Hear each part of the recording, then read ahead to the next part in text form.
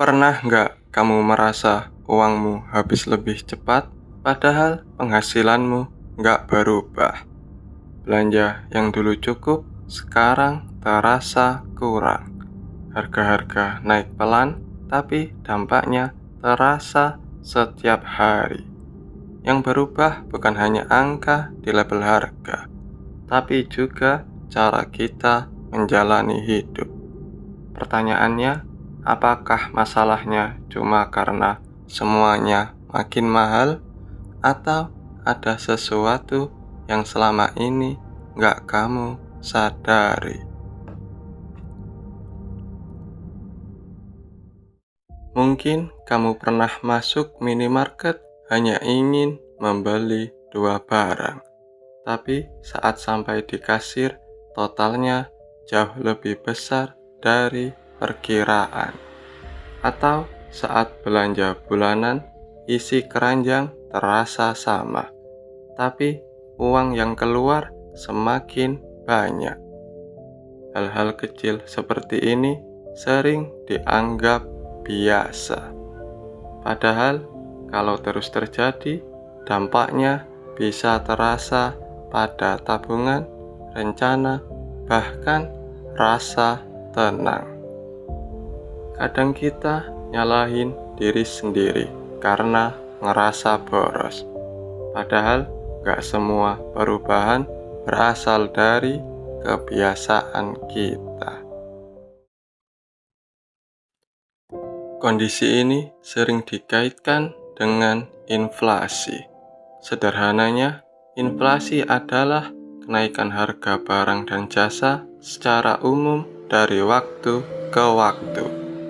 Akibatnya, nilai uang yang sama bisa membeli lebih sedikit dibanding sebelumnya.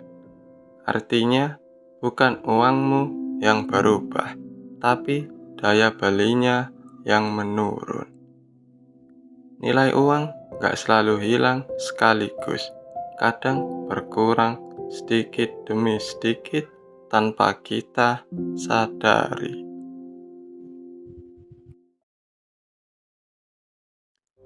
Bayangkan ketika harga BBM naik, biaya transportasi bisa ikut meningkat. Distribusi barang menjadi lebih mahal.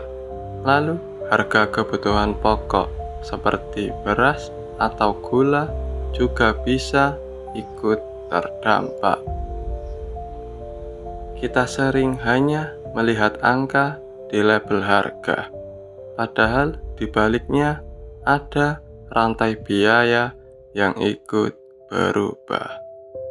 Satu perubahan kecil di satu tempat bisa terasa sampai ke meja makan kita. Ironisnya, saat harga naik, banyak orang justru berusaha terlihat tetap mampu. Bukan karena kebutuhan bertambah, tapi karena takut terlihat tertinggal.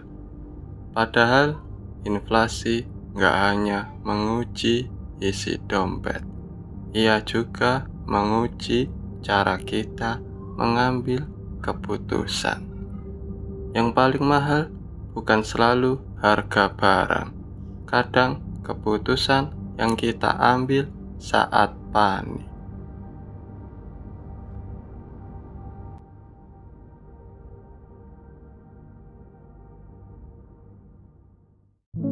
Kamu mungkin nggak bisa ngontrol inflasi, tapi kamu bisa ngontrol cara ngeresponnya. Mulai dari membuat daftar belanja, mencatat pemasukan dan pengeluaran.